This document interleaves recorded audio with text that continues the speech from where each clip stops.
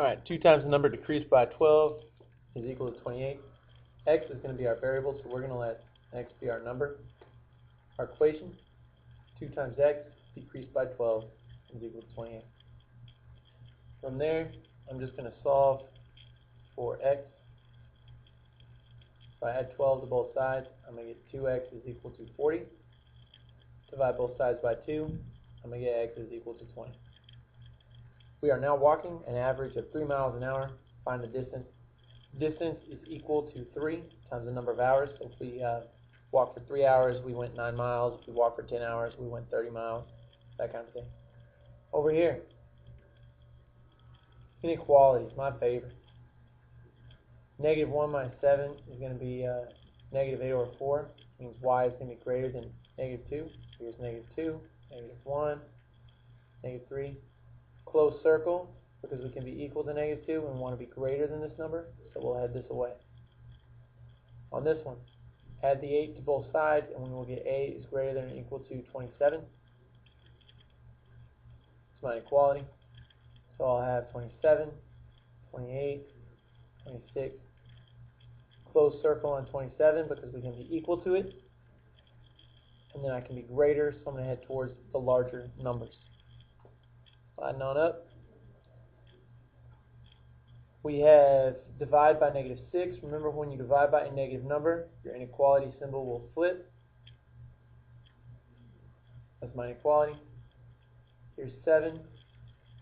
Remember, negative numbers, you're going to count backwards on them. Negative 8, negative 7, negative 6. It's not filled in because there is no equality symbol. And we want to be less than that number. So we're going to head towards the smaller numbers. On 19, multiply both sides by 3, and a is going to be less than or equal to 24. 24, 25, 23. We can fill in the circle because we can be equal to 24, but I want to be less than that much.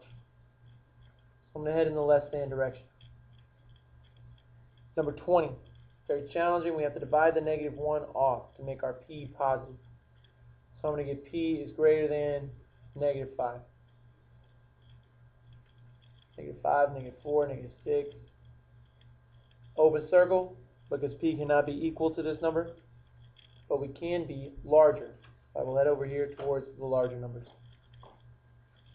Number 21.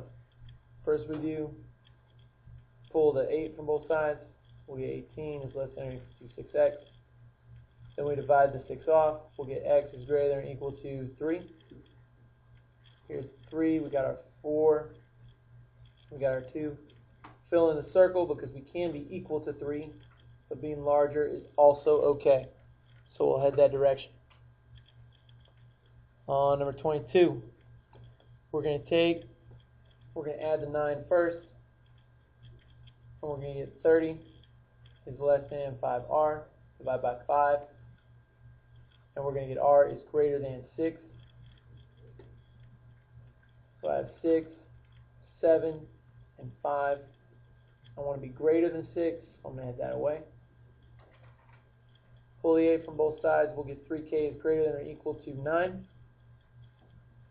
Divide both sides by 3, and I will get k is greater than or equal to 3 as my final inequality. So I've got a 3, here's a 4, here's a 2. I'm going to fill this circle in because we can be equal to 3. Greater than is also fine, so I'm going to head towards the larger numbers.